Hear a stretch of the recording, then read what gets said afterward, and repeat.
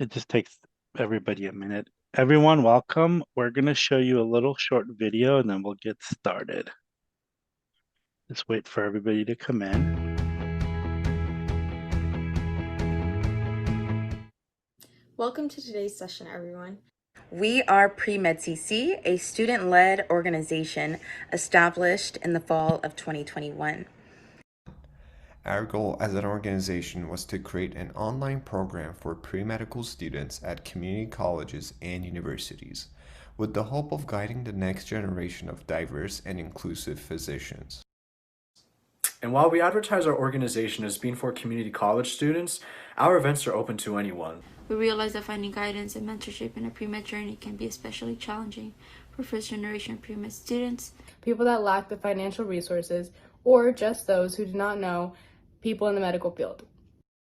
One of the best parts about our events is that they are virtual, so you can do it from the comfort of your own home. We typically have events on Fridays from 5 p.m. to 6:30 p.m. Pacific Standard Time, and on Saturdays from 11 a.m. to 12:30 Pacific Standard Time. If you aren't able to attend the event, all of our sessions are uploaded on our YouTube channel. Many of our sessions will end up with a Q&A with the speakers. any questions that you have, you may put it in the Q&A session on Zoom, and our team members will read them and have them answer. After you have attended our event, you can log into our website and complete the quiz, which will contain questions pertaining to our session today. If you score 70% or higher on the quiz, you will be awarded a certificate to show that you attended our session today. If you want to stay connected with the upcoming events or just want to tell your pre-med friends about the PreMed CC, you can find us on Facebook, YouTube, Instagram, and TikTok as @PreMedCC.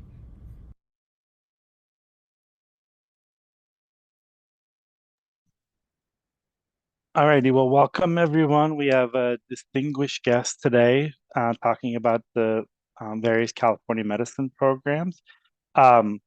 Please go ahead and just introduce yourselves. We'll start with Dr. Bond and go down. My name is Dr. Kenny Bond. I'm an emergency medicine physician by training, and I'm the Assistant Dean of Undergraduate Medical Education at UCSF Fresno. I'll introduce Dr. Phillips next as part of my team. Hi, everyone. My name is Emmy Lopez Phillips. I'm the director of the Office of Health Career Pathways at UCSF Fresno. Pass it off to Dina. Hi, everyone. I'm Dina Bullard. I'm the Senior Director for Health Sciences and Workforce Innovation in the UC Office of the President, which is our system-wide office for the University of California. I'm going to pass it on to Dr. Bailey. Hi, good afternoon, everybody. I'm Dr. Jacob Bailey. I'm a pulmonologist and intensive care unit doctor, intensivist over here at UC San Diego. I'm the co-director of California Medicine Scholars Program, as well as the assistant director of Prime Health Equity here at the School of Medicine.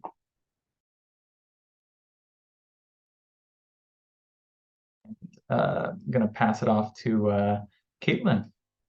Hello, everybody. My name is Caitlin Jackson. I am the Associate Director for California Medicine Scholars Program at our central office location. I will pass it to Ara. Hi, everybody. My name is Ara Jane Soriano. I am the Workforce Programs and Innovation Manager at the UC Davis School of Medicine supporting Avenue M. Has everybody gone? Am I missing somebody? Joanna? Thanks, Ara. My name is Joanna Navarrete, and I'm with UC Riverside School of Medicine. I'm the Assistant Director of our Pathway Programs.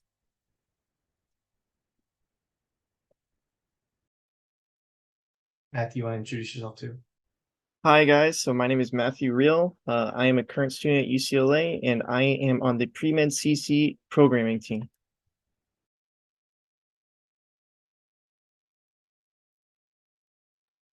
Take it away, Caitlin. Hey, everybody. I am going to share my screen. You can just give me a thumbs up. Can you see it? You guys are good? Okay, wonderful. So for starters, again, my name is Caitlin Jackson. I'm the Associate Director for California Medicine Scholars Program at our central office. I've had the pleasure of working with medicine and science students for over 8 years and excited for the launch of CMSP. And thank you, PreMed CC, for inviting us all here for this growing program and to educate you all. So today I'm going to go do a quick overview of the program, a bird's eye view, and pass it along to my esteemed colleagues to talk about their program and their regions.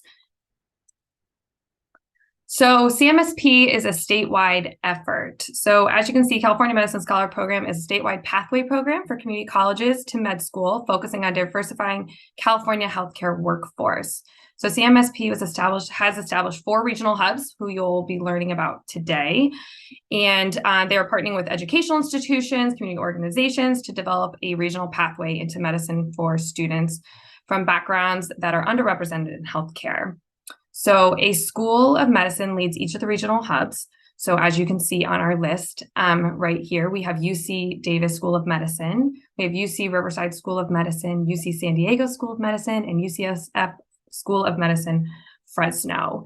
So they collaborate with community colleges and community partners to really help you all successfully advance your careers, your dreams, your internships, volunteer, healthcare experiences, and so forth. So in total, right now, we have about 7 universities, 40 community colleges, and over a dozen community health clinics and organizations. So as you learn about CMSP today, if you do not see your community college, do not to be discouraged. We are very much a growing program. We are looking into various regions. I'll have my email at certain locations. I'll pop it in the chat, but you can always email us and find out more information, how you can get involved with the program, especially if your community college isn't there. We'll work with you and support you in that process. So I am going to pass it off to our first panelist. There you go. Ara, I believe you're first. Thank you, Caitlin. And hi again, everybody. Like I said, my name is RHHO Soriano. I'm so excited to be here with you all. I'm the manager of workforce programs and innovation, like I said, but I'm at the UC Davis School of Medicine, which is the red plus sign on this map. And our program, which is called Avenue M, supports the Northern California region. And we partner really closely with the local community colleges here in Sacramento, but also up in Humboldt and Shasta-Redding. So we're trying to form stronger relationships with those schools.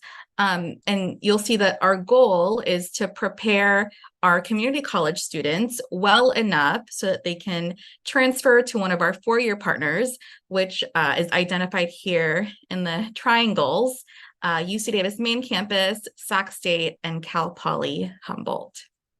And the next slide, Lynn. Thanks. So our program accepts 50 students per year, like the other hubs, and our application is actually currently open, and I'll link the application in the chat. But as part of Avenue M, students have opportunities to join bi-weekly meetings and enrichment workshops related to transferring to wellness, to professional development, personal statement support, and just the general medical school process. And in addition to those biweekly sessions, we also have a pretty robust 2-week summer intensive program that includes lectures from faculty members, some mentorship from medical students, residents, and faculty, and then some courses you'll see here. It's a phlebotomy course, a suturing session, and a CPR certification. And I'll also link a video that highlights all of the Avenue M summer session activities that our students did. And the students speak during the video, so you'll hear directly from them. Finally, in the next slide, want to share really quickly about the existing programs at the UC Davis School of Medicine. So we have specific tracks that support rural communities, the urban underserved areas around Sacramento, the Central Valley, and most recently, some Native populations and tribal communities. And the hope is that one day Avenue M students in a couple of years can join these groups of medical students as they address workforce needs in the Northern California region. Thanks, and I'll pass it along to my next colleague. Thank you, Ara. Once again, my name is Kenny Bond, and I get to introduce SJV Medbridge. That is the program and hub for the San Joaquin Valley. So as you see, we have a map here of showing our partners in the region. Just to clarify, our region represents the 8-county area as north as San Joaquin and Stanislaus County, all the way down to Kern and Bakersfield, just south of this map here. So those 8 counties and everything in between are our SJV region. Of note, we actually are the only regional hub representing the medical school. So we're not just the regional hub of CMS of California Med Scholars, we're the regional hub of UCSF School of Medicine, which is really interesting because as a regional campus, we run track programs for our own students, but also don't have an undergrad. UCSF is in an interesting position. We don't actually have a college to transfer into. So our biggest partner here is Cal State Fresno, or Fresno State more commonly referred to. We also are the only program that has integrated in another medical school, California Health Science University, which is the osteopathic or DO school in our region, so that we actually have multiple pathways for entrance into medical school from our program. Next slide, please. In the Valley, the need is huge, much like in many parts of California, but us, and we'll touch base on Riverside a little bit and let them speak about themselves, but we have some of the lowest rates of physicians per capita, and that includes not just specialty care, but also in primary care. Compounded in that fact is that in our region, we're hugely under-resourced in the sense of we have a lot of students come from lower socioeconomic backgrounds, a lot of first generation, and a lot of communities of color. Not just primarily Latino when people think about that in the Valley and agricultural backgrounds, but others as well. So huge need, huge resources, untapped people that we need to help develop in order to take care of that. To help me explain the program, I'll let Dr. Lopez-Phillips speak a little bit about it. Thank you, Dr. Bunn. You can go ahead and move to the next slide, please. Okay, so what you're looking at here is the path to medicine, and this is something we go over with our students who participate in the program. You'll have to click through, Caitlin, a couple times there. So if you were to start your journey in the community college system, ideally you would be, as an entering freshman, you would be there for 2 to 3 years. We realize that community college students are very unique in that they might be re-entry students, they might be working 2 or 3 jobs sometimes. And so in our program, we really try to meet the needs of where our students are at that time and provide opportunities for them to participate that make sense for their schedules. So that looks like webinars that might be on a weekend or lunch hour. It also means working on clinical experiences that might be opportunities on a Sunday. And so we really try to get to know our students. And so we talk about, what does that pathway look like? What do you need to do? What's your next step? So going into transferring is first and foremost what we try to get our students to understand is the next step. While Fresno State is our primary partner, we are open to supporting the students in with any transfer endeavor that they might have. So if they want to transfer to Stanislaus State, Bakersfield, or even a university outside of the region or outside of the state, we don't want to hold any of our students back. Our Valley is very unique. We don't have a lot of our partners in close proximity. Many of our partners are geographically very spread out, and so we have to be very flexible. Moving on from the undergraduate program, we then move into medical school, which is traditionally 4 years, and then residency and fellowship. So we talk to our students about the entire process and what that path looks like. Okay, next slide.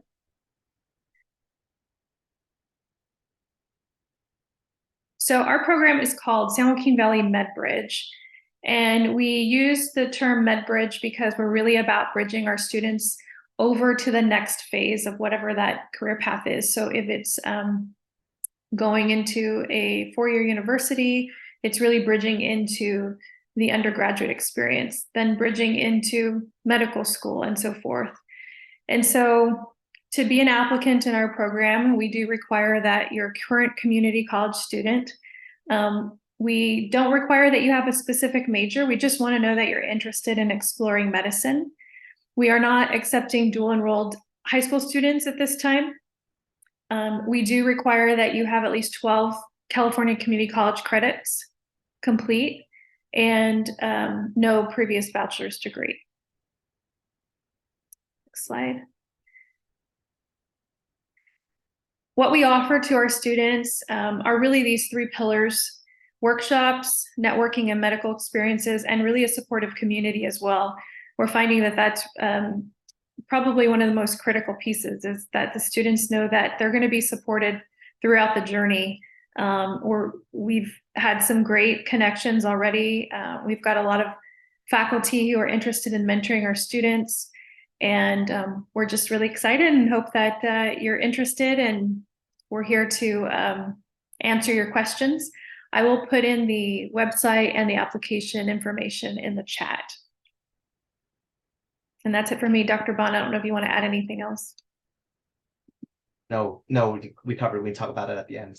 Q&As. I already see some popping up, but I think we should go on with presentations. Wonderful. Thanks. All right, everyone. So welcome. My name is Joanna Navarrete. I'm the Assistant Director with Pathway Programs. One of our Pathway programs is the California Medicine Scholars Program. Through our office, we are primarily working within the UCR School of Medicine, but our two partnering undergraduate institutions are both UC Riverside and Cal State San Bernardino. And you can find them on the map as well. I kind of placed those in a triangle, and you can kind of see that they're in a pretty, I would say, fairly close geographic location. We are working with 8 current community colleges within our region. And they range in terms of radius. In terms of the university, we could go as far as 72 to 75 miles to as close as one that's right around the corner. We are also amidst our recruitment cycle. So our application opened up on September 1st. And it will be closing on October 31st. So if you're interested in applying and you attend one of the local community colleges, then I highly encourage you to apply. And you can find more information about our program at cmsp.ucr.edu. I'll go ahead and go on to the next slide. All right, so I did want to share a few of our program benefits. So as a community college student, why is it that you'd be interested in joining our CMSP program? Some of the program components within the UC Riverside hub includes academic advising. So we work one-on-one with our students to provide those student educational plans, really looking at your assist.org website and being able to look at those articulation agreements to ensure that you're completing the appropriate courses. On top of that, we host workshops and conferences for our students. Some of the workshops that we've held in the past is looking at a roadmap to medical school. So really educating our students and providing those that are first gen or may have lack of resources, those resources that they really need to move forward in their educational journey. Some of the other workshops we've put together are resume building workshops and interview workshops. And those really help our students with securing some of those summer internships that we had our first cohort of CMSP be a part of this year. So as I'm moving on to our next point, we're looking at our year-round internships. We're definitely working with our second cohort on providing those year-round internships. But our first year students did have the opportunity this last summer to participate in our future physician leaders. But not only that, they were able to take on internships within the community and also take on research opportunities. Some of our students even had the opportunity to present at research symposiums within UC Riverside. And then one of the next few points that I'd like to stress is the mentorship piece. We really are here to provide our students with either an undergraduate mentor or a medical student. And I truly do believe that this makes a world of a difference, because if you can hear from another peer what it's like to take on, the responsibility of going on this pre-med journey, then it might be much easier than communicating that to a staff or even an MD or DO. Some of the summer experiences I've already touched on. So if we can go on to our next slide, I'll share a few pictures that we have of our programming that we put on for our first cohort. Here we have our CMSP orientation at the top, where our inaugural class was of 38 students. We did ask them if they wanted to bring on family and friends. We provided them with school medicine tours. We did have a end of year recognition ceremony as well. And I don't have pictures of those because this just happened recently, but I will be, I was so excited just to see the amount of growth that I saw in a lot of our students. So if you're interested in really tapping into some of these resources, I would highly recommend that if you're from the Inland Empire, you apply to our program. And I will go ahead and also drop the link onto the chat feature. And if you have any questions or concerns, please do not hesitate to reach out. All right, so it's my pleasure to chat with you about Region 10, California Medical Scholars Program.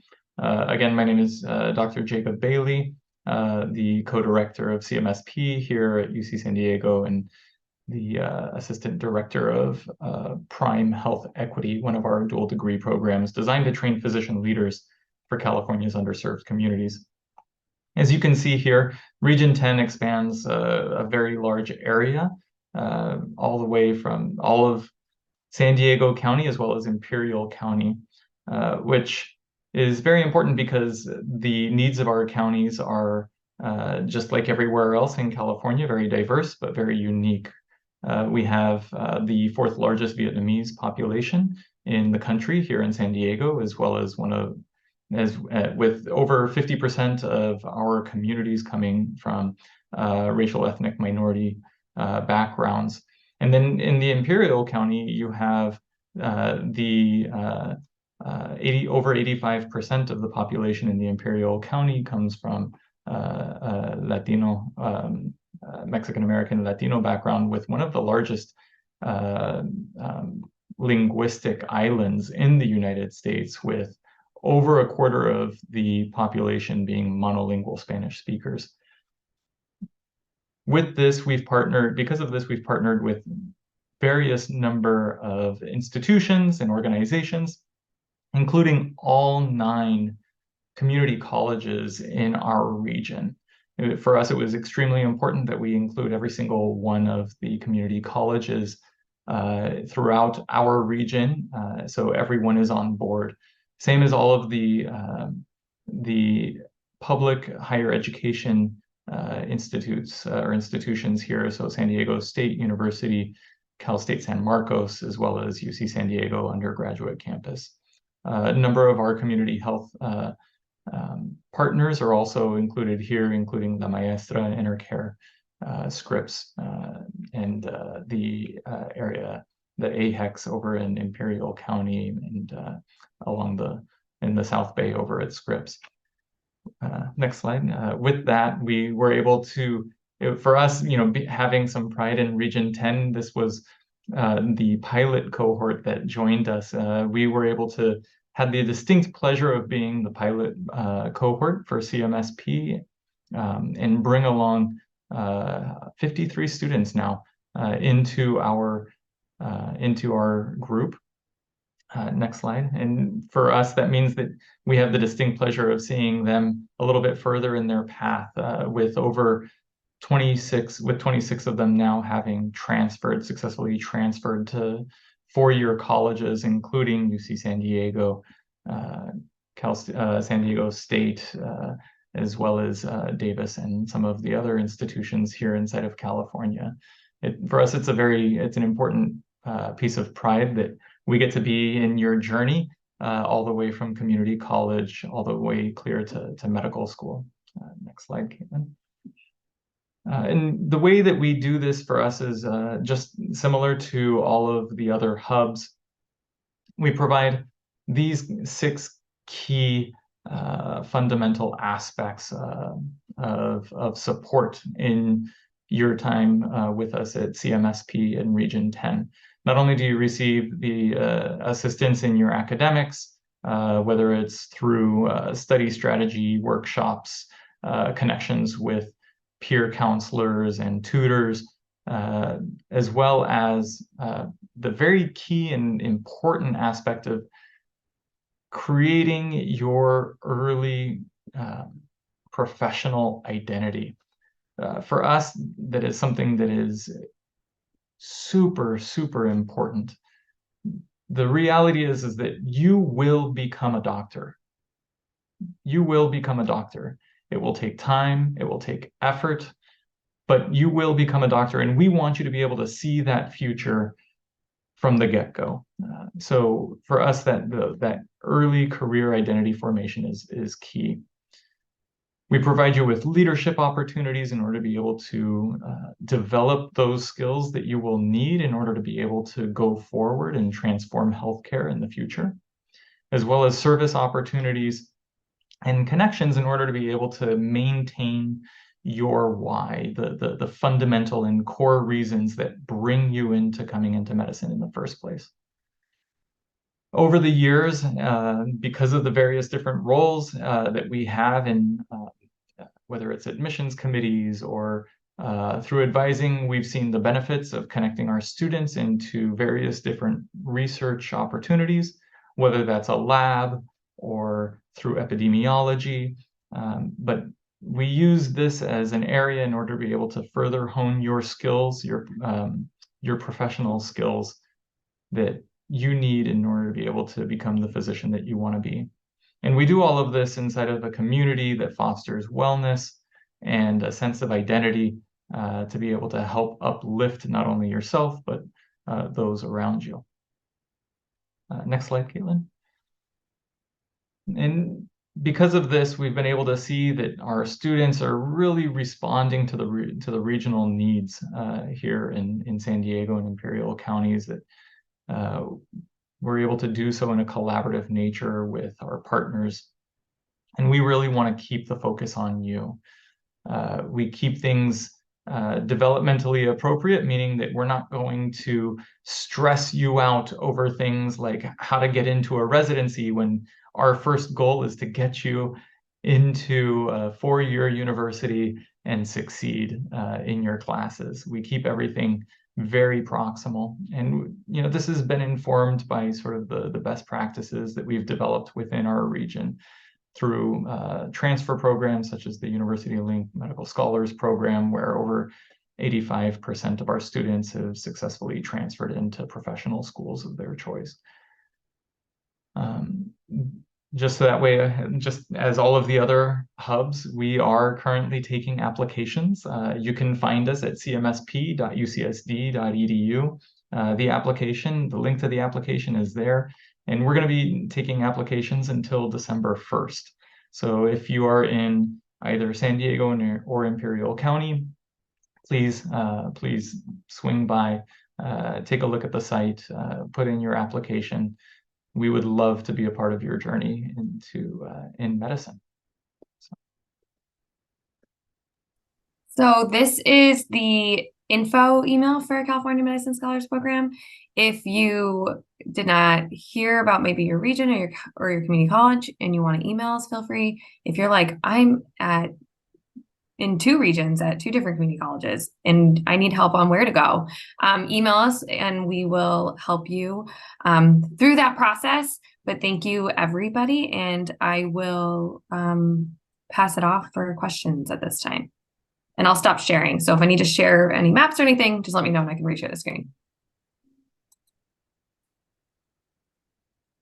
Caitlin, there were a lot of good questions in the chat that some people have answered, but I didn't know if it would be worthwhile to actually just address them for the group.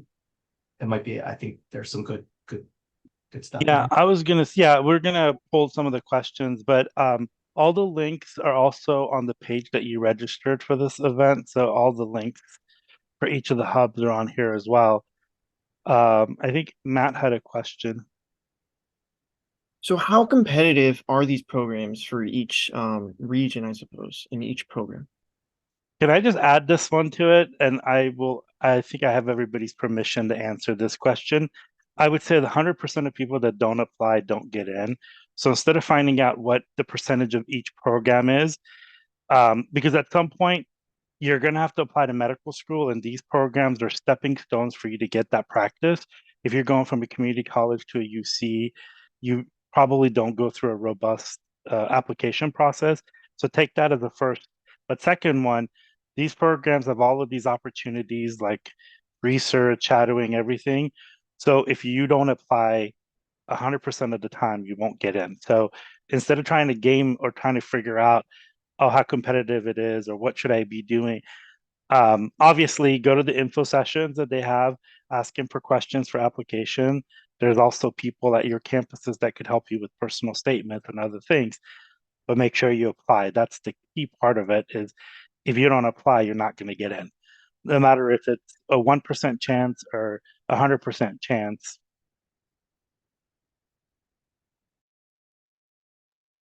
Yeah, I just want to echo what Jobin was saying. For me, this is something that rings very true and touches on some very personal things in my case. So I came through the community college system. I went to community college after dropping out, essentially. I started at a Cal State, but did not finish. After 1 year, I found that I was woefully unprepared for higher education after coming from the harbor area of Los Angeles. So if anybody here is from the South Bay in LA, next to oil refineries and shipping yards, that was me. So I came through the community college system. I went to El Camino College and transferred out afterward. And as I went further and further along in my journey and reflected back, I saw so many missed opportunities because I wrote myself off. Because I thought to myself, well, why would I don't have, I went to El Camino, I went to a community college, this, that, or, I dropped out, this, that, or the other. I made up reasons to not apply in the first place. And that's something that I want to make sure that everybody knows that is something that you cannot do. There is a reason why we have California Medicine Scholars Program. There is a reason why these 4 institutions have devoted themselves to you. And that's because we know that the ability that you have to be able to overcome whatever challenges that you have, whatever hangups, whatever difficulties, whether they're scholastic, educational, financial, family, geographic, that if you have the ability to get from community college to a 4-year university, you're the student that we want in our medical schools because you have the dedication, the drive, the perspective, the experience, and the gumption to be the physicians that our communities need. And this is for all sectors in healthcare. Yes, we are trying to raise up the primary care physician shortage that we have in California. But you have individuals such as Dr. Bond and myself, right? He's an emergency room doctor. I'm an intensive care unit doctor. In no way does it mean that if you come into our program, you have to be a primary care doctor. We know that you have what it takes, and we are here to help facilitate that. I didn't get to where I was on my own. I had fantastic mentors that lifted me up. The same can be said by anyone here on the panel. For us, it's our pleasure, our joy, our privilege to be able to do the same for you all. So please apply. Yeah, and the only thing that I would add is if Dr. Bailey can do it, so can you. But I would also say that folks like Dr. Bailey and Dr. Bond, they're really busy people and they actually wanted to be here to talk to you. So they do want you to apply. And there's all of these wonderful people like Mr. Oriano, Navarrete, Dr. Phillips, and Dr. Jackson that are there to help you. So if you're not reaching out and asking for help, it's your opportunity to reach out and there's people that want to help you. But the first thing of helping is you have to ask for it. And by asking for it is by showing up, listening to them, applying, maybe asking them a question on the email about the application. I think there was a lot of questions about the application process and are they different for each one? And how does the application work, and how you all review and select and do all those magical stuff?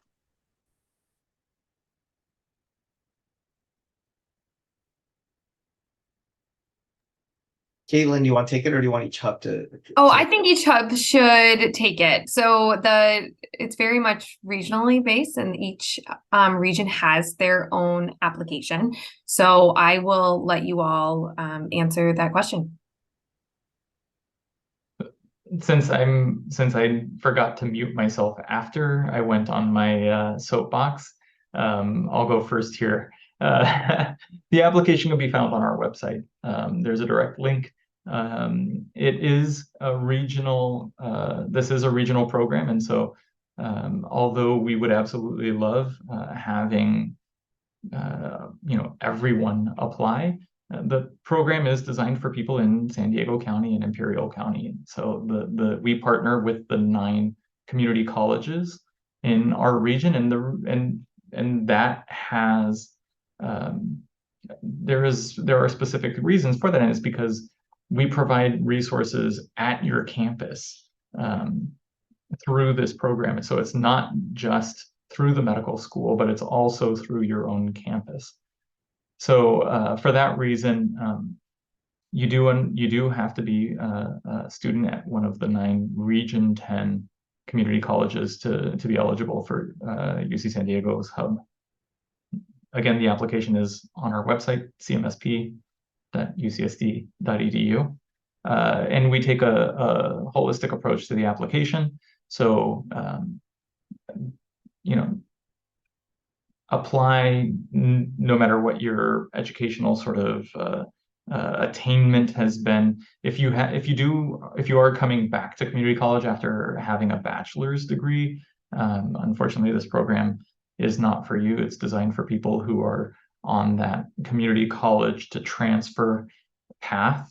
But don't look for reasons to not apply.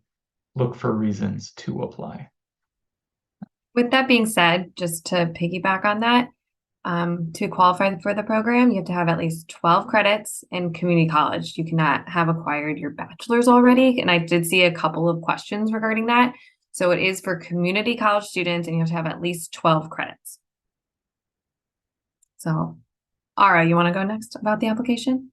Yeah, thanks, Caitlin. So our application also is online, and we have a video link that walks you through each process. You do have to be an enrolled community college student at our partner institutions, just like Dr. Bailey said. We have a list of those community college sites on our page. And then there are a couple of questions about like your history and your passion and why you're interested in this program. And then we also ask you for your transcript as well as a student education plan. Thanks, Caitlin.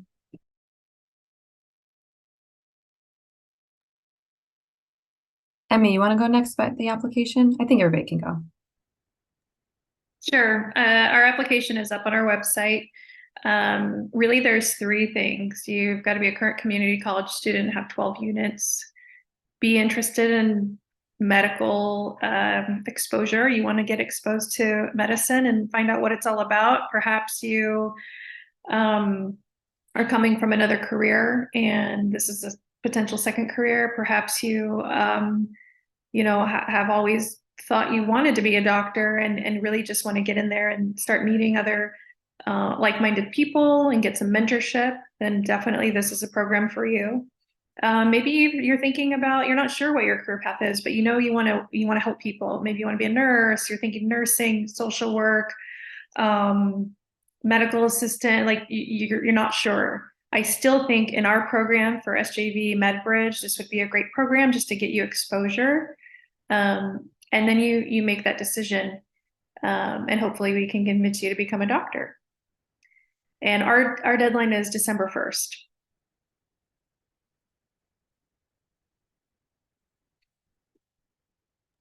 Okay, I think that leaves UCR. So our application does require that our students submit a letter of recommendation. So our application deadline is on October 31st. which means that we do highly encourage our students to reach out to, faculty or staff at their current community colleges early on so that they could get those with their application.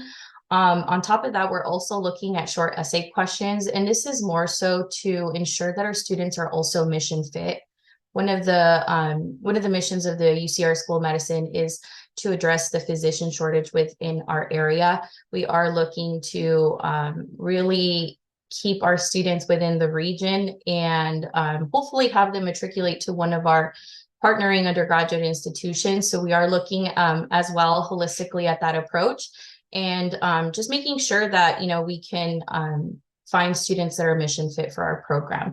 Along with that, I can kind of give you a bit of a timeline of what the application process looks like. We'll be closing our application period on October 31st. We'll be inviting students back for interviews during November, and we should have acceptances out to our students by December. With some of the program components, and I did forget to mention this during my slides, is our programming is built around a hybrid model because our students are all geographically located within various areas of the region. We hope to really make it out to even those students who are out, 70 miles away from UCR.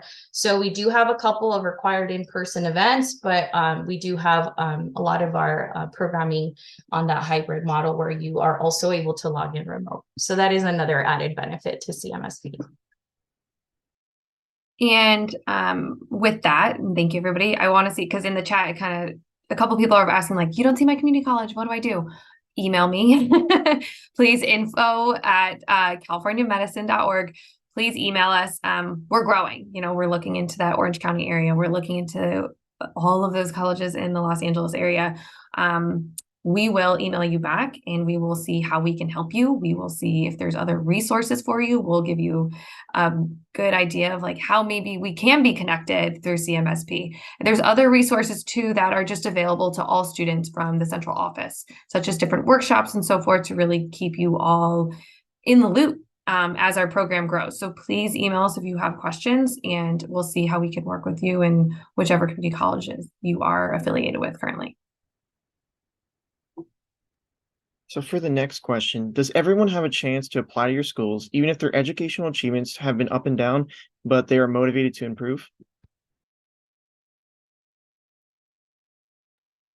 I mean, I think I can answer for all of us, but absolutely. And if anybody else would like to chime in, this is a real opportunity for everybody to look into how they can advance their career in medicine. How can they make their dream? We don't all have perfect resumes, I'll tell you that much. I think all of us have had our ups and downs. And I think it's important, and as you look at those applications and you look to apply for CMSP, that it's the motivation that you have there. It's the dedication to what you want to do. And if you're not an A+ student, that is absolutely okay. There's so many resources out there that CMSP can help provide you and connect you with to really make sure that we get you to your dream. And if anybody else wants to chime in on that. Yeah, by all means, reach out to any one of us. Caitlin, the CMSP office, that info@CMSP. The reality is that we want to help. We want to provide as much as we possibly can. So it just takes asking. There were a couple of there was a question here that I saw that I wanted to address, was about transferring. Do you have to transfer into a 4-year university within the region that you start? And the answer is no, you don't have to. So if you are in San Diego area and at one of the Region 10 community colleges and get into Davis or Riverside or UCLA or somewhere else, we are still more than happy and privileged to be able to continue helping you on your journey to medicine. it just changes the way that we do that, and we just involve new people on that path. So it does not force you to have to stay within a particular region, at least in San Diego. If I could add just 2 cents on the admissions question. Sorry, apologize. Separate from CMSP of perfect grades and the thought of where we're at, I think a lot of students really get caught up on like, well, what's my GPA, what's my MCAT for that step to medical school admissions for when I get to that point, if you're at community college or at the 4-year now. And being someone who's sat on admissions for 12 plus years, I really want to make sure students understand that we really, as a state, and especially amongst the UCs, do a really truly holistic admissions process in medical school admissions. And so I want people to really understand that, yes, when you look up on News and World Reports and look up GPA and MCAT averages, that is the average of the student body going in. Having said that, most of our schools don't really look at it like, oh, well, your standard deviation below, you automatically get screened out. That is not how it works in most admissions processes. It's certainly not how it works at the 2 UC med school admission processes I've worked at. That we are really looking at where you're from and what kind of doctor you're going to be. And students that have historically don't have the exactly perfect metrics, but have the mission to serve a community and practice in an area of need, we'd really look at that very, very sincerely and about your commitment of providing back to those certain underserved communities. Because it's not just about getting people to get into medical school, it's about graduating doctors, but eventually making doctors that are actually going to serve their communities in the things they need, right? And that's why I think it was referenced with primary care. There's a huge need in primary care. We understand that not everyone in the program will enter medical school. Some will actually say, hey, maybe this is a really good experience, but I'm actually going to become a physician assistant. That's a win. We need them as well. Many people go into primary care, but somebody's going to say, I want to be a surgeon. That's great too. There's ways. We understand that it's, even though there are goals of the program, it's not expected that 100% of people will do exactly this, but that the understanding is that we are exposing you to pathways and needs in communities at risk area communities and embedding us into our communities, that we'll try to encourage you with this exposure to go into these kind of practices. I'm sure other people would speak much more eloquently than I can on it.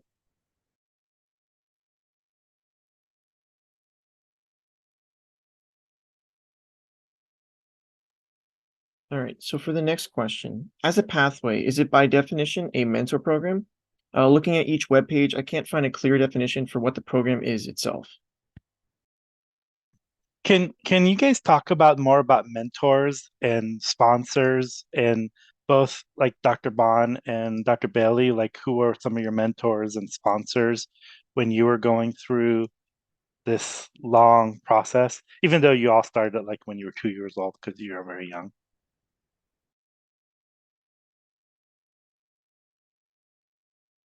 I'll let you start on this one, Dr. Bond. Okay, well, I've been a physician here for 20 years, so don't let the hair fool you. I'm an old doc. So I think it's hugely important for people to not just have other physicians to work and shadow and get exposure from, but it's important for you to work and see people that look like you, that come from your background, that work in those communities. It's a huge part of what we call like professional identity formation.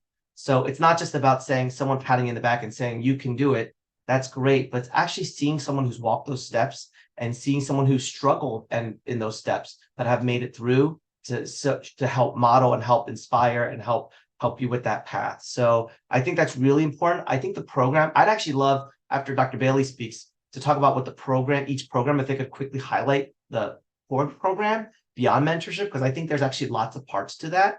And there, I'd even add, there's a question on financial support and what other things they do. So I'd like, if I'll let Dr. Bailey speak, but I'd like for programs to kind of highlight what they do. Is it just a mentorship? Because I think that's an important question to address. Absolutely.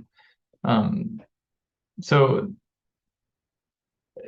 speaking onto that mentorship portion, I think it's, oftentimes we use the term mentorship, but it encompasses so many different aspects of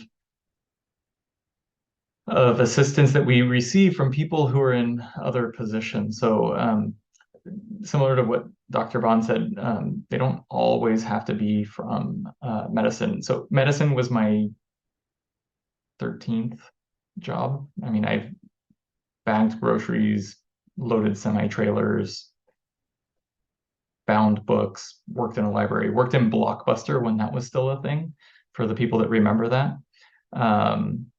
You know, the number of, you know, worked construction, all of that before I even got into college.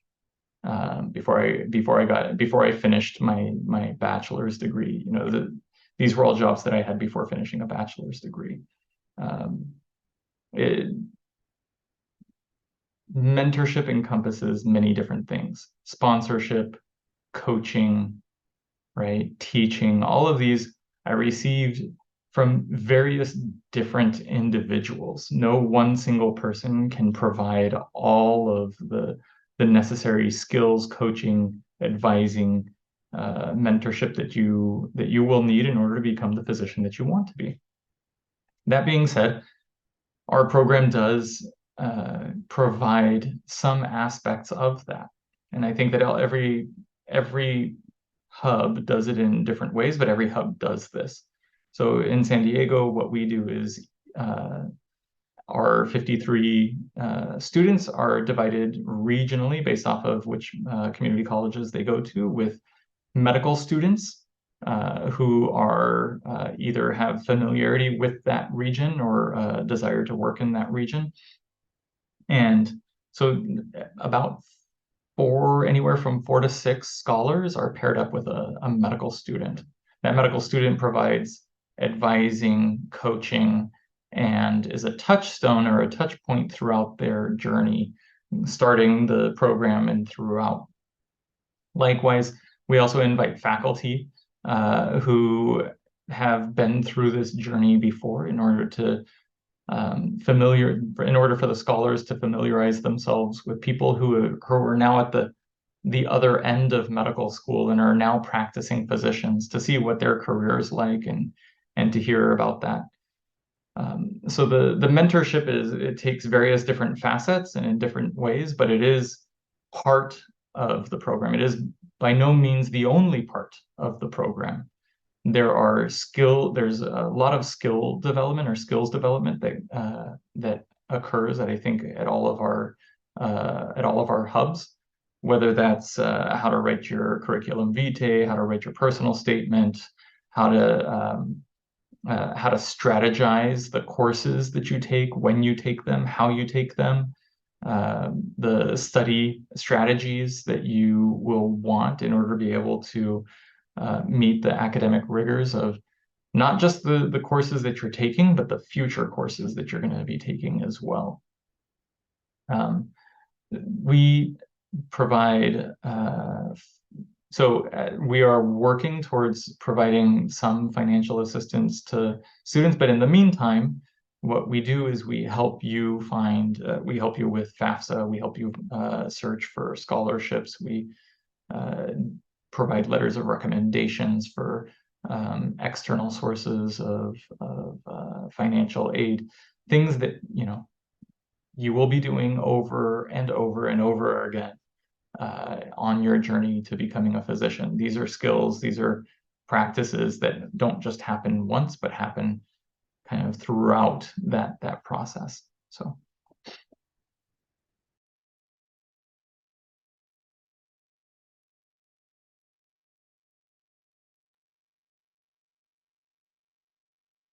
I mean, I don't know if you feel comfortable just saying about other things besides mentorship that's provided to our program. I know every hub does it a little differently. Sure. So mentorship with SJV Medbridge, we work to find a mentor that really fits the student in their interest, whether it's specialty, but also timing. And so sometimes our students take online classes, sometimes they take evening classes. So it really kind of depends. But one important piece to that is not just shadowing, but also We have something that is called the Mobile HEAL Clinic. HEAL stands for Health, Education, and Leadership. Is that correct? Close enough. Okay. And it's a basically well, I'll let Dr. Bond talk about it because it's his project. Can you just share just a snippet of it? Oh, we work with the public health departments, and we run a free mobile health services for underserved populations, primarily homeless and undocumented populations within the Valley, and also do COVID responses. But we've created it specifically to create pre-health exposures and cultural humble opportunities with our faculty, residents, and medical students. So we do it really for pre-health, and so we can, reinforce our underserved mission. Thank you. Yeah, one of the interesting things about UCSF Fresno is we are a regional campus of the School of Medicine in San Francisco at UCSF. And so being that we're, 3 hours south of San Francisco, we don't have access to the UCSF Health hospital that our other partners have access to. And so we have to develop partnerships. We have to develop agreements with other clinics and ways to build those mentorship partnerships. And so the Mobile Heal Clinic is really kind of our in-house clinic that we have access to directly. And it's great because the clinic it moves around depending on where the need is. So it might be at a homeless encampment, it might be at a community center. And so our scholars really get kind of a very wide exposure to different settings and different populations. The only thing that I would add is we hear you guys every week, students coming and asking about clinical experience and exposure. Hint, hint, this is a really good one. So just, if you guys are listening, why you should apply to this program. They have all of these into the various components. So. Yeah, and I'd just add that I think thank you, Jobin, for touching on that, because often I'll talk to, and I'm sure everybody on this panel can agree that there are students, they're further up in the pathway, maybe they've already graduated from college and they want to increase their MCAT score, or they're seniors in college and about to graduate and are applying to medical schools, and they're just now asking about clinical experiences. And I think one of the great things about this program is you could start building that on your resume as a community college student. So take advantage of the time that you can earlier in your career journey and document it. I mean, it counts. So just thought I'd add that.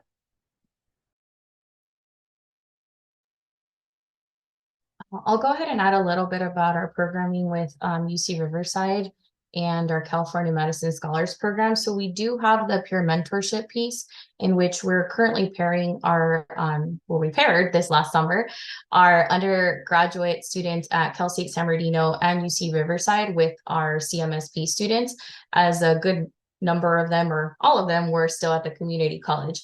We do have 16 students out of our initial cohort who did matriculate to a four-year institution this fall. So we are connecting them with other resources at other institutions and even some of our partners. But on top of the peer mentorship piece, what our students can really look at, and especially with our FPL programming this summer, is we had a lecture series in which we brought in some of the MDs from the School of Medicine.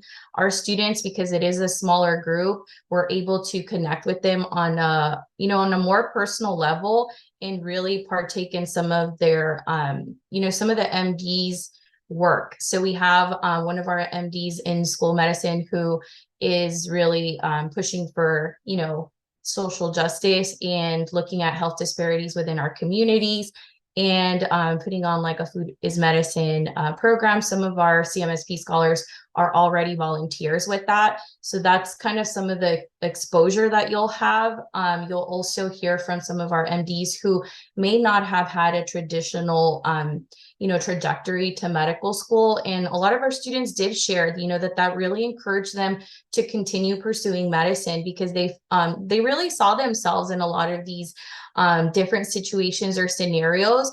And it only gave them, you know, a little more hope in saying, okay, I can definitely do this. If, you know, we have this MD who's already there, then I can certainly make it there as well. Some of the other connections that we have are our community partners, such as DAP Health.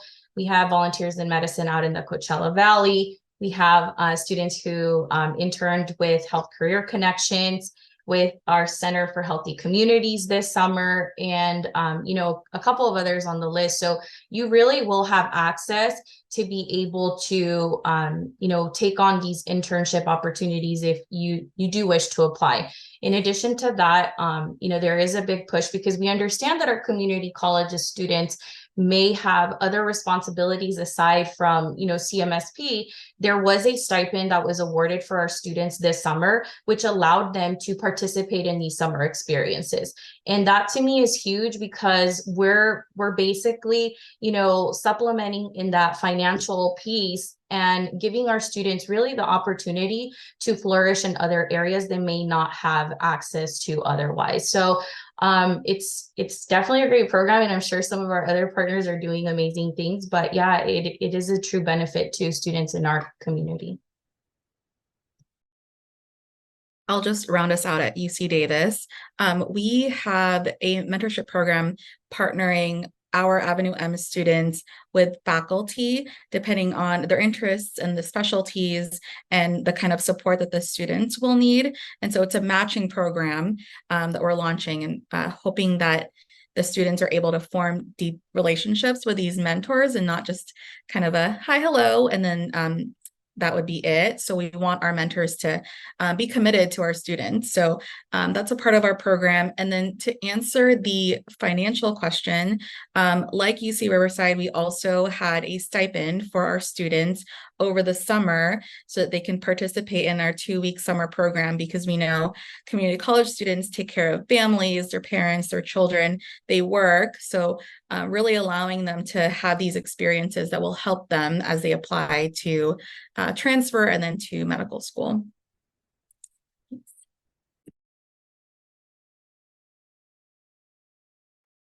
Alrighty, for the next question. If I'm a CalMed student, am I required to attend a university in the area? Can I transfer to another CalMed program university or event out of state? So I can answer that question. We're here to support you. The program is definitely a targeted California program. That's the reality of it. We are all California-based schools. It's a California statewide program. If you are looking to apply to an out-of-state school, we will help you do that. We want to make sure that we can support you in the process. If you are, you know, in San Diego and you're like, oh man, I really want to go to UC Davis, we have, you know, obviously we work very collaboratively together. Even though each hub is separate, it's a very collaborative group. Everybody's talking to everybody. So if you decide to go to a different region, there's still resources there for you. We will make sure that you're still working with CMSP and help you in that area as well. All right.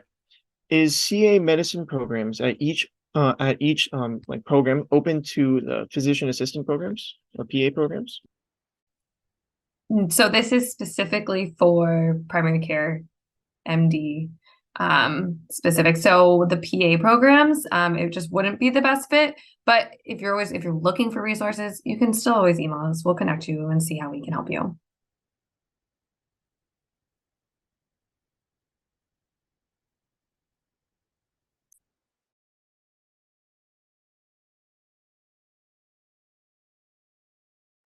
Right, I think there was a couple of questions about post-bac, and I think a lot of people don't know what post-bac are, and so I was just wondering if you guys could touch upon, and I know this is not a post-bac program, but I think a lot of people that are doing the do-it-yourself don't know about post-bac programs, and if you could just touch up on that. And I think every school has one. So I can quickly touch on it. I did a post-bac.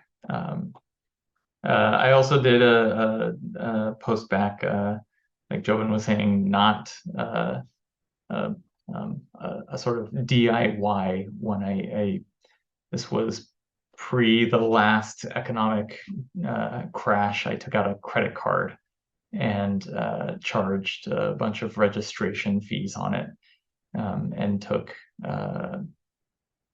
extension classes for a year that way in order to be able to beef up my application for my second time around applying to medical school because I didn't get in the first time around.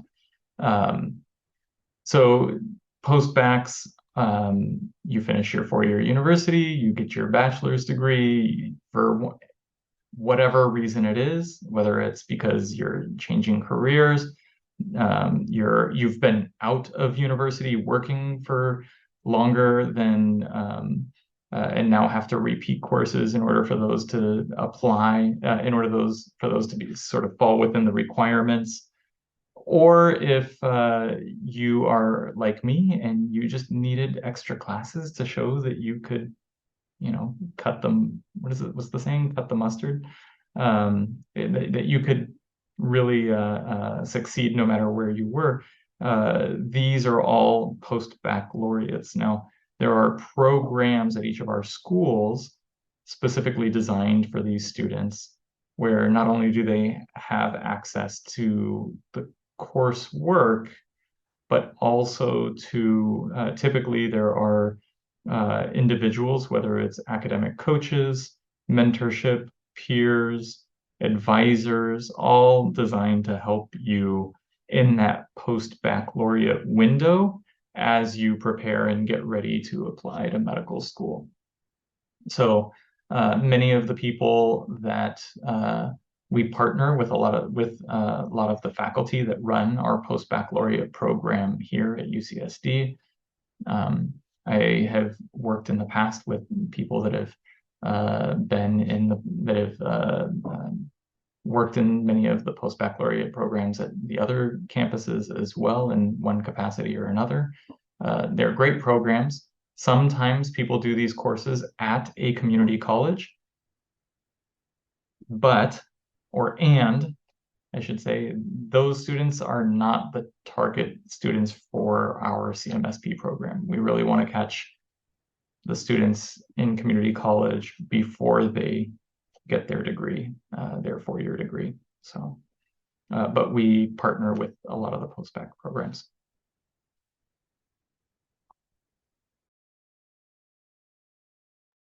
I think I already touched on the UC Davis postbac program in the chat to answer the questions, but generally it's a 1-year program.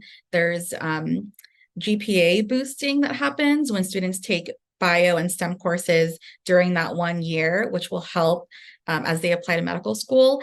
And then a part of our program also has MCAT support, multiple mini interview sessions so that you can practice and draft the responses that will help make you the best candidate.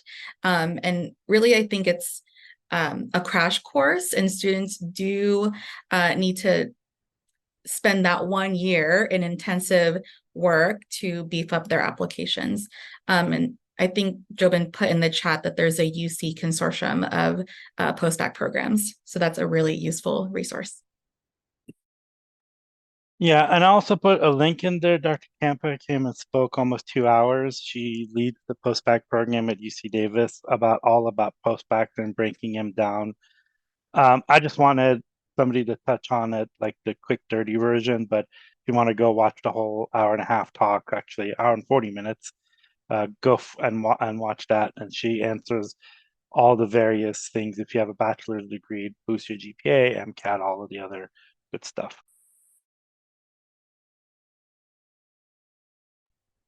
Alrighty, for the next question. So I understand that in order to apply, you must have completed 12 units at a CC. Is there a time limit for when you last completed your 12 units? For example, if you took 1 or even several gap years. Also, do you have to be a full-time student at the time of the application and throughout it, or can you be a part-time student? That's a great question. I'll answer first. So it's 12 credits. However, those credits may be, if it was part-time, you do not have to be a full-time student. That's perfectly fine. And you could have gotten those 12 credits over the last year. as long as you are enrolled in community college, and you have at least those 12 credits. Now, the question regarding, time in between and so forth, I can let the hubs talk about that individually. I will say, to stay in the program, and the point of the program is to be continuously in community college, go to the 4th year and have that continuous aspect to it. So let's say you do apply and then you take, you want to take a year off. That's a different conversation we'd have to have with the hubs and kind of what that looks like for you. But it's important that, we focus on you staying in school, having those classes, if that's part-time or full-time. So I'll allow one of or anybody to kind of piggyback on that conversation.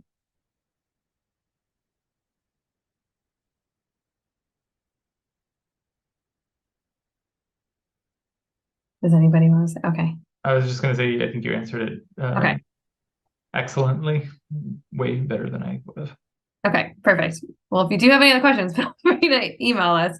But yes, you do not have to be a full-time part-time student.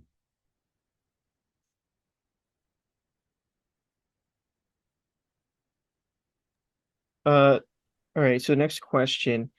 Does your program provide mental health support? I can touch on that again on a broad sense if anybody wants to chime in. Each campus has an immense amount of resources, and we are a program that's here to support you. And if you need those mental health resources, we will help you find those mental health resources on whatever campus you are on.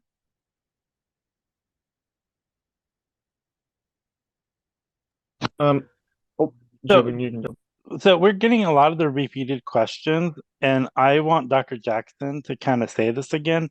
If your community college does not have a California medicine, what should they do? Please email me. And I put the email in the chat again. I know you did a couple times.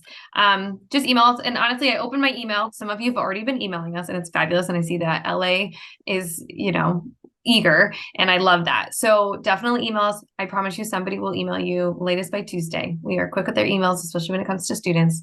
And we will reach out to you and see how we can work with you and assist you to see how we can work with you with the CMSP. Yeah, and I put even that email in your picture, so. Perfect.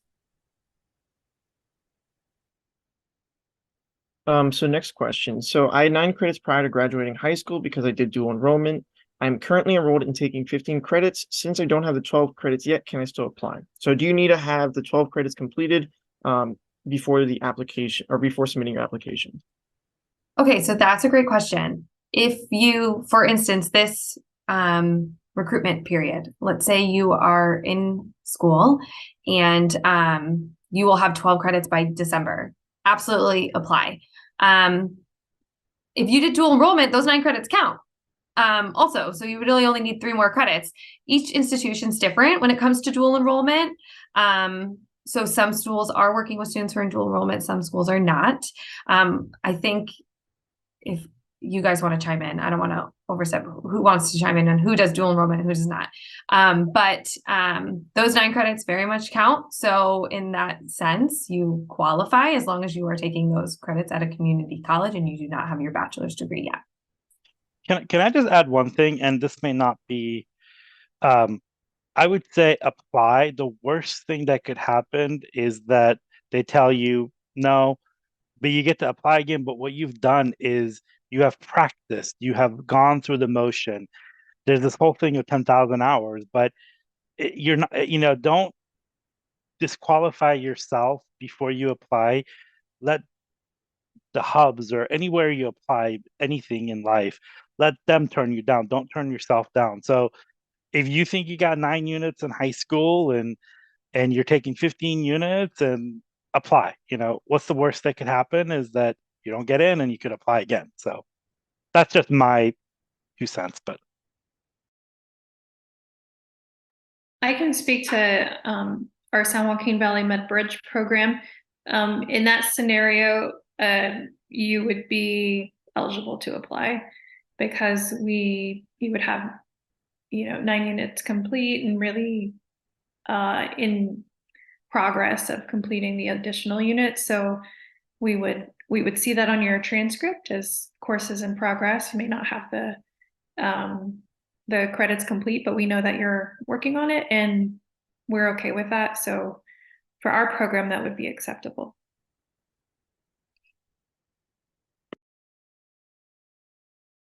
All right, so someone asked, what if I'm disabled? It's my first semester at the community college and I'm not required to be full-time. So I will have 7 units total by the end of this semester. Does that mean I have to wait till the next fall to apply?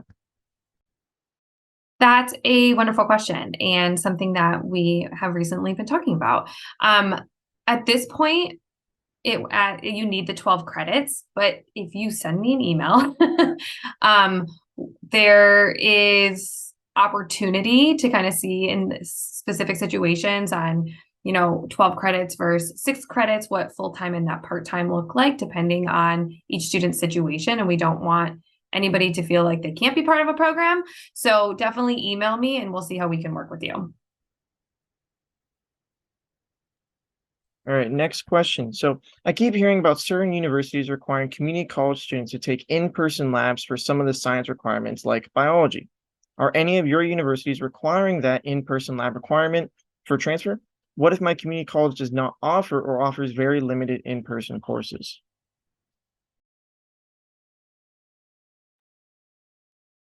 So I will answer, I'll take the first stab at that one and say, that's a great question because I don't know, but I know the people that would have the answer to it at my university who work at the transfer center and partner with us here at CMSP because we actually hire one of the peer coaches over there to help our students after they've transferred to our university. So fantastic question. I don't know.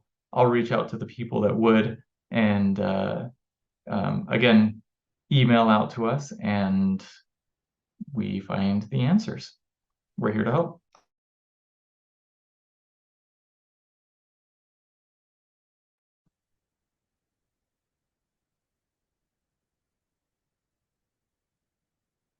This is a shameless plug, but next month we'll have every dean of admission from a UC medical school here. So this is probably a good question you could ask them too, but it's just a shameless plug.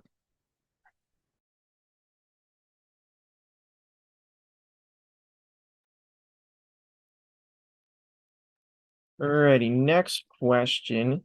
What is each branch's favorite story working in CMSP so far? I'll let you guys all answer, but I, who have the privilege of working with all of these wonderful people, it's the collaboration. Everybody is very much interested in making the best experience for all of these students. So I will let each of them answer that question. And Dr. Bailey, I'll let you take it away. For me, it's, I mean, I cannot begin to tell you how just impressed and inspired I am by our students. I have the privilege of being able to work with phenomenal people here at CMSP that you see here on the screen and the dozens and dozens of people that you don't see on the other side of it that are here to support our students. But my favorite part really is seeing the drive and the inspiration that they provide me. For me, it is such a privilege to be able to be just again, a small portion on this journey for our students. And they keep it real with me. They keep me humble. They also keep me energized and inspired to keep doing this work and keep putting all of the efforts that I do into this. To me, that's by far my favorite part, getting to see what the future holds for medicine.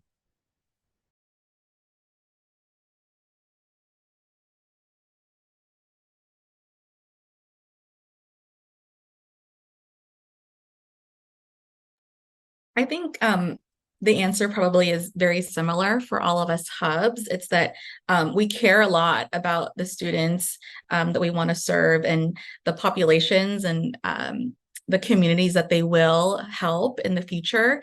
And then I think it's really amazing to have this group of people who all have the same mission come together for this big project. So that's my favorite part, and I'm sure others might agree.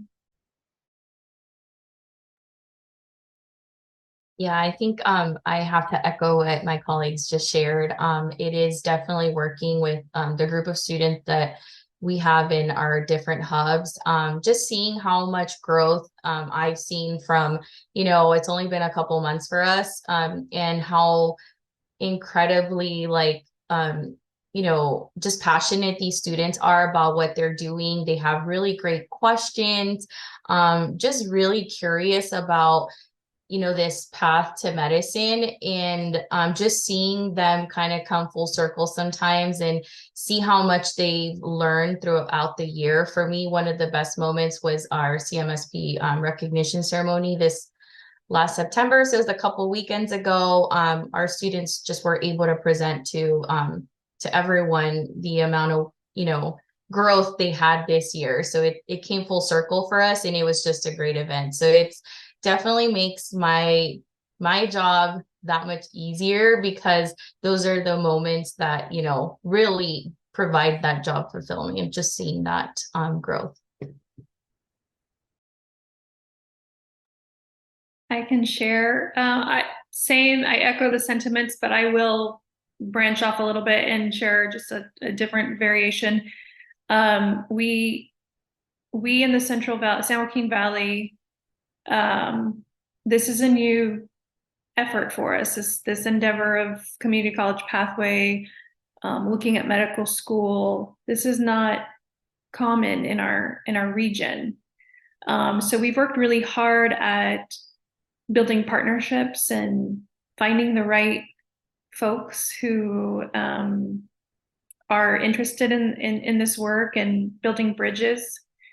And just one example of kind of a success we've recently had is we've been in contact with our community college advisors across 16 different campuses, and we've invited them to ongoing partner meetings where we get to share updates. They get to ask questions that maybe students have asked them when they're guiding and advising students at their respective campus. And it's very helpful that they have someone they can come to and ask these specific questions about medical school, because that's not common that they would have a contact at a local medical school in our region. And so we had a community college advisor reach out and say, hey, one of our Medbridge students was supposed to have a meeting with me, didn't show up and hasn't responded to my emails. Would you be able to tell me if they're still in your program? And so our coordinator in our program reached out to that student just to check in, see how they were doing, and the student responded. And so she was able to find that the student's going through a little bit of a difficult situation, and kind of helped her navigate, of course, maintain confidentiality, but was able to at least provide a little bit of a wraparound service to the student, and the student felt really supported in that process. And the student was really just not sure if they could continue, in the program. And so those are things that we know are the day-to-day challenges. And so our program staff was able to just continue encouraging the student and say, hey, whatever else you need, if you need somebody else to talk to, reach out. So I think that's something that we're noticing is part of our, although it's not, we don't specifically put that as an outcome in our programming, that's a byproduct of the support we offer. So I don't know, that's a different story for you, but that's kind of been a neat thing to see as we built the partnerships. I put it in the chat, but I would just mention something from a previous question about the student who mentioned the lower course load because of disabilities, and those who are not seeing the chat, is that I'm sure in all our schools do, but I can speak within my own track program. I have current students with physical disability as well as others. And so I just want to say that when I went to medical school 25 years ago, that was kind of an unheard of kind of thing. You know, it was very, very rare that people with significant physical disabilities would be entering such an arduous program. I really think we are in a different state now where we are really encouraging that. We have very successful students with those disabilities. I appreciate the student mentioning that, but I want to just also just want to reinforce that. Congratulate the student on continuing the path towards medicine, and don't think that that is an obstacle, because we have multiple students, take care of accommodations. Some people need to change their timelines and have other accommodations to make it through. But we've been very successful getting students through with disabilities into medical school, through medical school, and be successful after residency. And I'm sure I'm not the only one with stories on that. And I would just like to add, from a system-wide perspective, what has really been incredible is to see our UC schools of medicine lead these regional hubs, because over the 20 years that I've been working at UCOP, there has been a lot of progress made over the years in shifting the paradigm around community college preparation. And like Emmy mentioned, like it's not only new for Fresno, but it's really new for our system to be having multiple schools of medicine engaged and collaborating across the state on an initiative like this, because what it signifies is that our leadership really has changed their outlook on what it means to be a physician in California today. And so this is a very innovative approach to addressing our health workforce needs, to increasing diversity in our system. And so I just, as someone who remembers when the architects of this program first approached, back then it was a different UC president about this. It gives me so much pleasure to see 4 programs, and perhaps there'll be more in UC and our private schools, doing this. But this is a real great strategy, and I just hope that you all really have gotten a lot of encouragement tonight about really how committed all of our schools are in in welcoming and preparing community college students for medical school. Yeah, the only thing I'm going to do is a promotion, but we have a panel of 4 physicians that are all have some sort of disability. I think it's in November. It's not posted yet, but these are all folks. One of them is deaf and is actually only signs, and so they're going to come and talk about their experience, and we're trying to figure out how that component's going to work. So trying to find someone to do the sign. So yeah.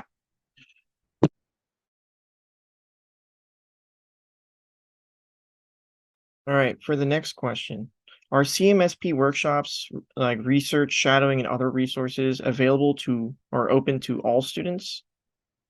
So from a central office perspective, we provide workshops once a month to all students who are interested. And I'll put the Zoom link in for our next one. You can follow us on Instagram, LinkedIn, Facebook. That's where all our information is. You can get our newsletter.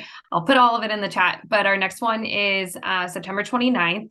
And we do medical student speaker series. Plus, we do different things from scholarship workshops to cover letters. So from the central office perspective, we do have available workshops and so forth at a campus level and CMSP individual hub level. It differentiates a little. If somebody wants to talk about that, they're more than welcome to. In the meantime, I'll put that information in the chat.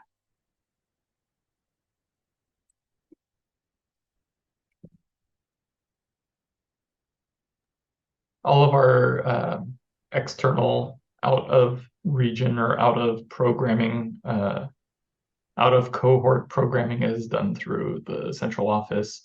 All of the programming that we derive in the regional area is for our scholars. We do, however, from time to time, partner with other initiatives. So for example, coming up in just a couple of weeks, actually, here, if you're in the San Diego area, there is going to be a community college pre-medicine conference that we are collaborating with, but that's sort of, partnering. It's not the what CMSP is, the hub itself is providing.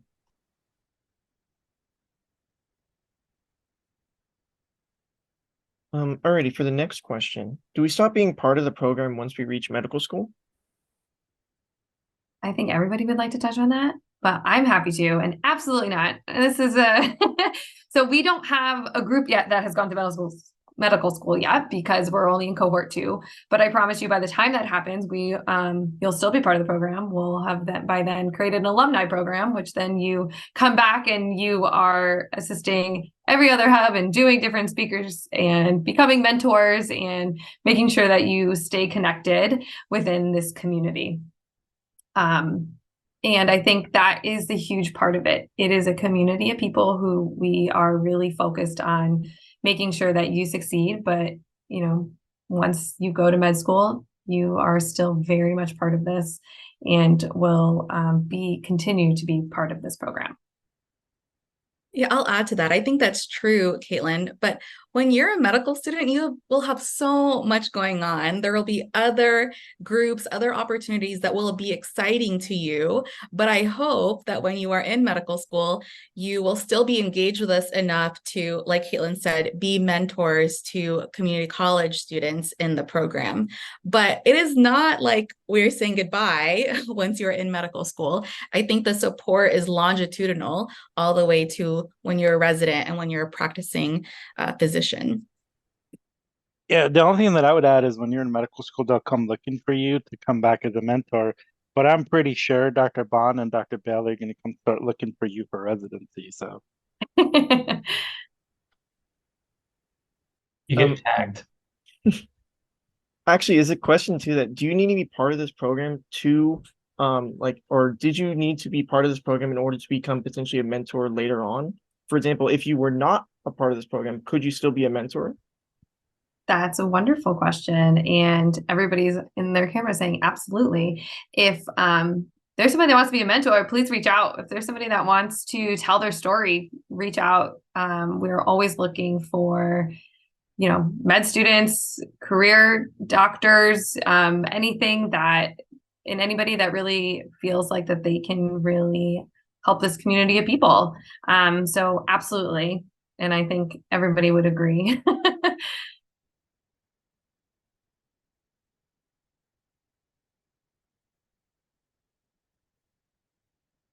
This is not quite directly related since they're not CMSP yet, but I had 3 of my former students join faculty this month, their first day on the job. And I have trouble because they're all wonderful, amazing people, but they're still my babies forever. And they're all, even though they're all grown up and important people now. So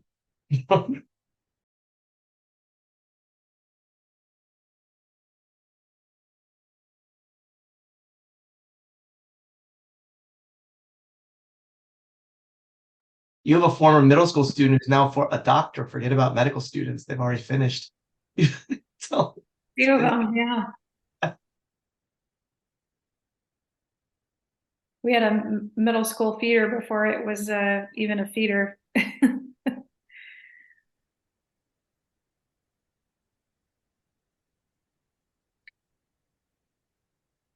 I think there's another question about financial support, and I think that was touched upon that there is some sort of financial support for summer programs and other things.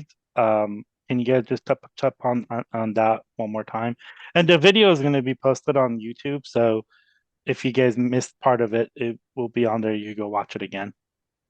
Yeah, absolutely. So there is opportunity for, like that was discussed, like summer stipends to assist you in different internships and research programming, because as we know, there's a lot of moving parts in everybody's life outside of education. So there is student stipends and opportunities for financial support. Yeah, and we also have done a lot of workshops on summer programs, from the NIH all the way to various programs, and those offer stipends anywhere between $4,000 to $7,000. So if you're in one of these programs and you want to apply to a summer program, I'm sure they could provide you with resources and help to apply. So there's, being part of this community and network, if opportunities come up, you could absolutely, look for them and apply, and they will provide, that support for you. Support meaning they will like maybe edit a paper, or I mean, essay, or look over your application, and because they all have looked through applications many, many times, so they're looking at it from a very different eye, and so they could provide you with that support.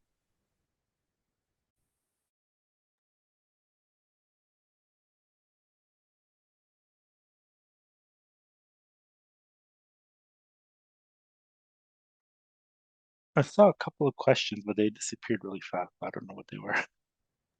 Sorry, they disappeared because I answered them. But one of the questions was if CMSP would cover pre-health conference fees. And I answered it for UC Davis, which is yes, but I would love to give the other hubs an opportunity to answer too.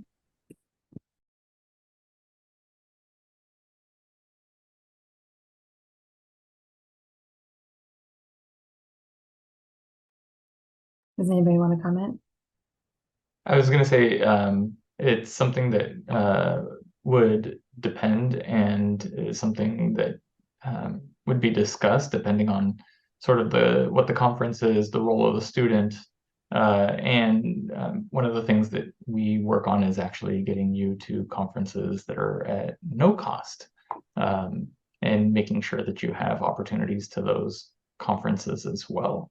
So we do try to facilitate conference attendance in any way that we possibly can. And it is something that we discuss with our students because it's something that we want them to do. And so it just becomes part of the developmental discussion that we have with all of our students. With the San Joaquin Valley Medbridge program, we do host a spring conference, and that is open to all high school and community college and university students. We even include post-baccalaureate students. So we do try to bring in speakers and have workshops that are kind of address all the different interests and questions. And then when the students, if they do transfer to Fresno State, which is our university partner, they do have the opportunity to attend the UC Davis Health Conference once they're at Fresno State, and that's covered.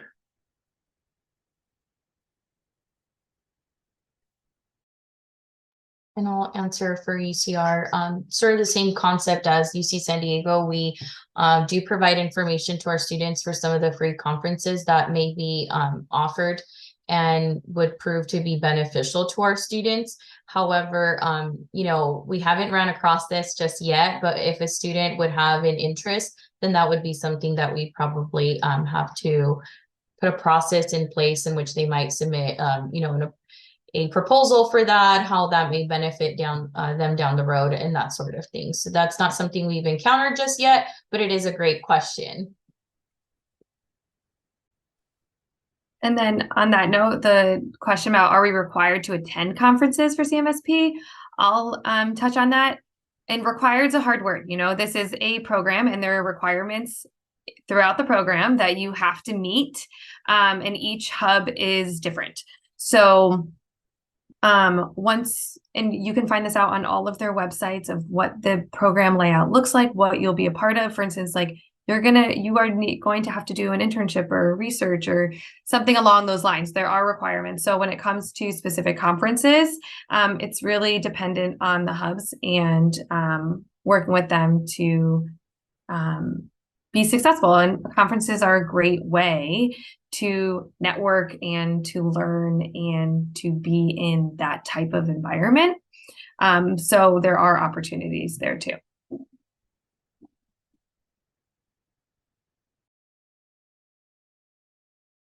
Alrighty, so I just wanted to really quickly say I went to the UCR School of Medicine, I think pre-health conference last year. I think the cost was only like $20 to enter, so it wasn't too much. And I think what was it, UC Davis, I think, has the pre-health conference in October. It's coming up, right? Yes, we do. And I think it's for students $25 for the registration fee. But again, our Avenue M students will be able to attend that conference free. Alrighty, for the next question, is the summer internship or summer programming required as a student in the program? What if we have plans to work or go see family? Yeah, absolutely. I think that's a great question because life is real outside of school and work, and we have all been in those scenarios. So we do provide opportunities for internships or research or clinical.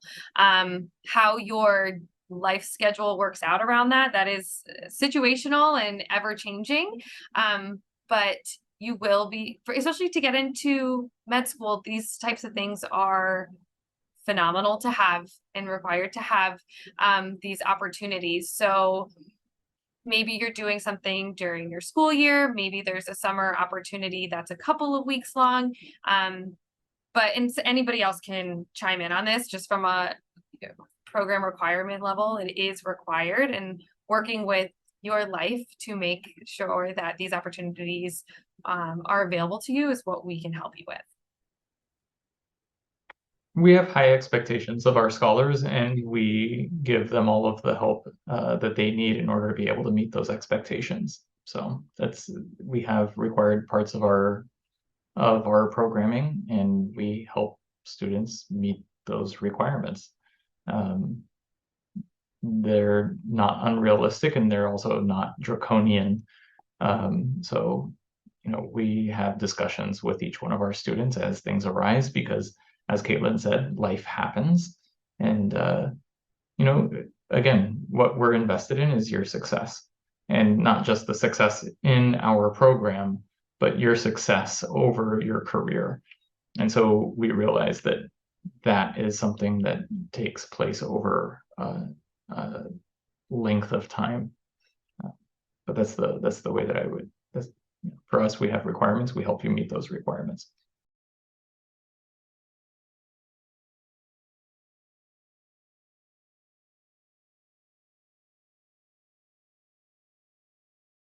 So adding on to that, is it possible to, like, if you were accepted, to defer to a following year? And is it non-competitive if like you get accepted and then get deferred? I guess actually it wouldn't be competitive, but yeah. Is it possible to be deferred to another year, for example, if something comes up like a mental health, or as someone said, like a family issue? The hubs want to touch on that? Yeah.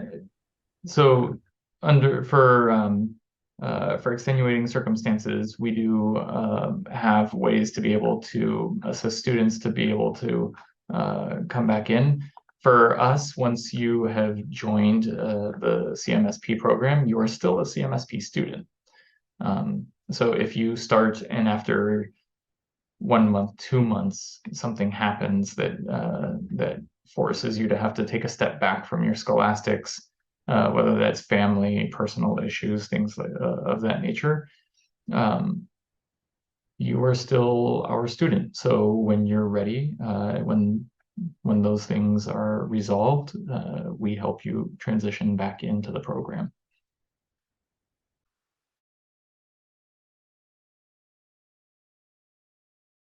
Alrighty, so this question is specific to Dr. Bond and Dr. Bailey.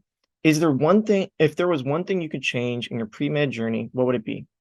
Also, if you had to do it all over again, going to med school, becoming a doctor, would you do it?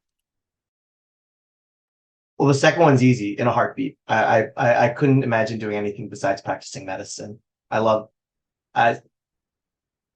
like I said, I'm 20 years in and I love my job. And there's plenty of other doctors who don't necessarily love it, but I love what I do. I couldn't imagine doing anything else. And I went into medicine, and my journey's much like Dr. Bailey's, is one that wasn't traditional in the sense of first generation, no family college, we're refugees. Nobody went to college. Nobody knew any of these things. And I stumbled my way through college and into medical school. And I did not have that advisorship. So to tie to the first question, if there's something that changed, I joked I went to an Ivy League university, and I was the 10% of the poor kids that went there that the 90% of the people paid tuition so I could go for free. And but I saw the amount of lots of pre-med students, but such a difference in opportunity. And I sort of said, wow, this is like, it was like entering a different world, literally stepping onto Mars for the first time. And those students whose kids were parents were doctors and lawyers and engineers and judges and CEOs, I had no idea about that. So my story goes that I wanted to go into medicine, and so did they. And they're good kids, fellow students, but their path was really different from me. They were going, my roommate went to the electrophysiology lab with his uncle over the summer. And I don't have an uncle who's an electrophysiologist. I don't have anyone who even went to college. And I had to go in my summers, and I went back to the factory and worked in the plant next to my mom, worked on the line, because it was the only way I could afford to pay for food during college, because I wanted to eat while at college too, you know. So these were the barriers I saw. So it's not that I would change anything, because I think all those experiences make you who you are and develop but it really opened my eyes to the what we were admitting to medicine 25 years ago. Still to this day, UC has made a huge grounds, but if you look at AAMC data, more than 50% of students matriculating into medical school come from parents in the top 20th quintile of income. Just think about that, right? That means most doctors come from kids who are doctors and lawyers and CEOs. That's just the reality. And so my story is not the norm. My story is the exception, not the rule. We talk about the importance of mentorship. Well, I didn't have mentorship. Everyone had connections. I had no connections. I didn't come, and the connections I had at the Ivy League was, spend your summer doing this for free at the place. I was like, I can't do that. I can't live in New York. I can't volunteer my time. I couldn't do those things. So I was fortunate enough to get into medical school, but I really said, I'm going to medical school to work on programs to open doors for students who haven't had those doors open traditionally. So it's not that I would change anything, is that I'm trying to make that change or be part of that change that's already happening. And I'm very happy with CMSP and UC as a whole. And we've made humongous strides in the last decades. Don't get me wrong. It's been amazing, but we're not there yet. And I don't think we're going to get there anytime soon. That's not a bad thing. You need to have a goal, because if you think you're there, you're not making progress on what we need to do. So I'm off my soapbox, but I did get my 5-minute soapbox there for Dr. Bailey. Yeah, and I think I just want to add this. That's why programs like this are so important. They say, like, you have to know someone, see someone. And so a lot of folks who don't have parents that are doctors, you're at a disadvantage. And so programs like these are about, equaling the playing field. And so, I think it's like the whole mob thing. Like, if you want to join the mob, you gotta like know someone to know someone.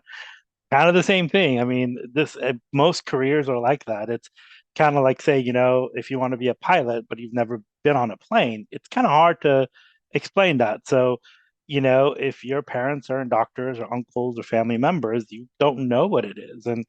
And some folks may see only doctors on a Zoom call or other places. And so that's why these programs are important. That's why it's so important to apply. And again, if your program doesn't have it, we just got this other question, email that we've put in there. So I will get off my soapbox, and I will let Dr. Bailey. I'm loving the soapboxes. I gotta say it's I'm constantly humbled that I get to be on a Zoom call with the people here. It's it's definitely inspiring to me. I wouldn't change a thing. I absolutely love what I do. I would go through it all in a heartbeat again, without a doubt. To see to have the experiences that I've had, the highs and even the lows, they inform and are a part of who I am, and fuel and motivate what I do on a daily basis, right? Similar to Dr. Bond, none of my parents didn't graduate from college, first gen. You know, my grandfather came over undocumented, worked in a grocery store. You know, none of my father worked 2 jobs. My mother worked nights as, you know, environmental services. You know, for me, this is a dream come true. Were there hard times? Absolutely. But it's part of my story, and I love myself and what I get to do. And though even those difficult times were, you know, are part of who I am. One of the things that I try to encourage in my students is, you know, oftentimes we see things in our lives through the challenge lens or through this vision of the difficulties that it poses, forgetting that what those difficulties do is also provide us the opportunities to learn the strength in order to be able to overcome future challenges, right? So for myself, there are definitely times, thinking back early on in my academic trajectory where I should have asked for help. I should have reached out. I should have been asking people to help me. I should have been knocking on professors' doors or talking to fellow classmates and saying, hey, I've got kind of a thick skull. Do you mind explaining to me this, this thing to me for the 5th time? And I didn't, right? And I learned from that. I learned how to ask for help. I learned how to reach out to people.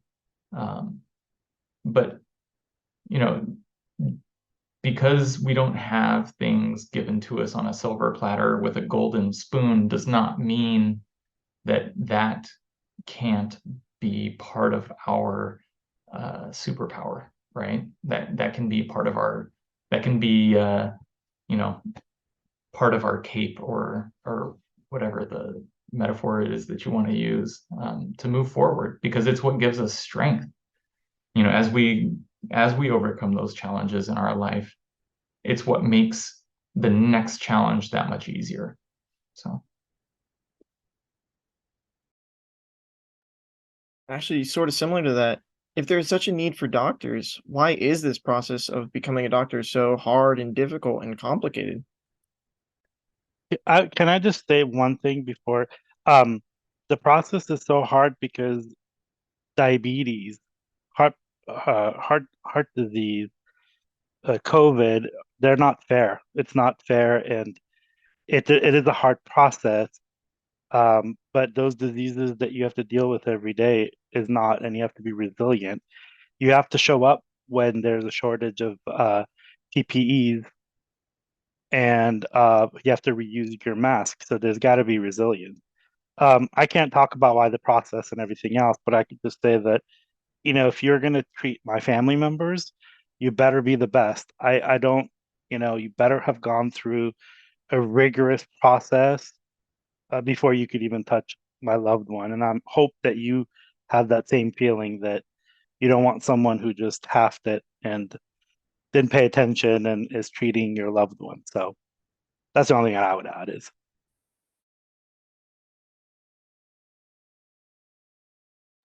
I couldn't have said it more eloquently, Joven. What we do is a privilege, and is the closest thing that I can think of as a sacred, honor that we have as physicians. And so it's something that rightfully I think people have to strive for in order to be able to be in these really, essentially sacred and special places. It doesn't mean that people don't deserve to be in these spaces or that they don't merit to be in these places. But there's a responsibility that comes with being a physician. There's a trust from our patients, from their families, from our colleagues, and we have to keep that special.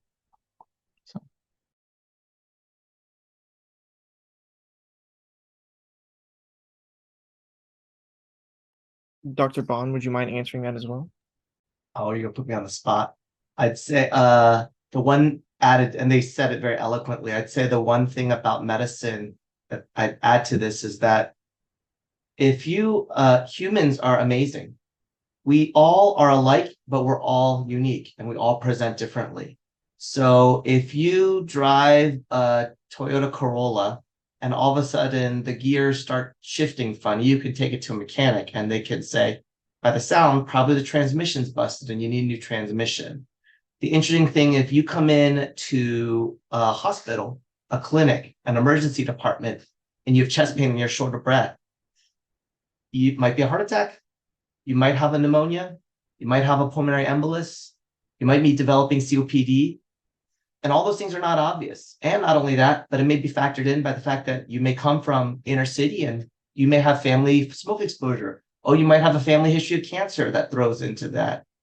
We are all this giant mix of clues, and yet we're all individuals. So it's so interesting how in medicine, you're humbled all the time because every time you learn, I feel like the smarter I get, the dumber I get, because the smarter I get, the more I realize, the less I know.